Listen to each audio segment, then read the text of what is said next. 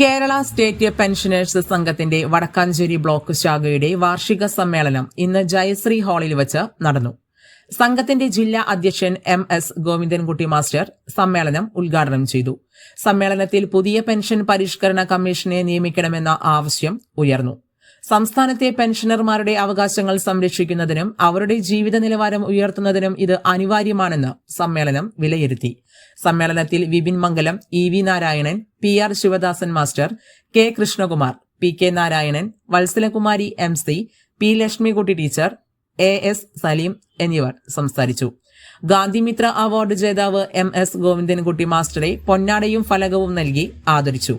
സംഘത്തിന്റെ പ്രസിഡന്റായി PS നാരായണനെയും സെക്രട്ടറിയായി G മാധവൻകുട്ടിയെയും ട്രഷററായി PK നാരായണനെയും തെരഞ്ഞെടുത്തു.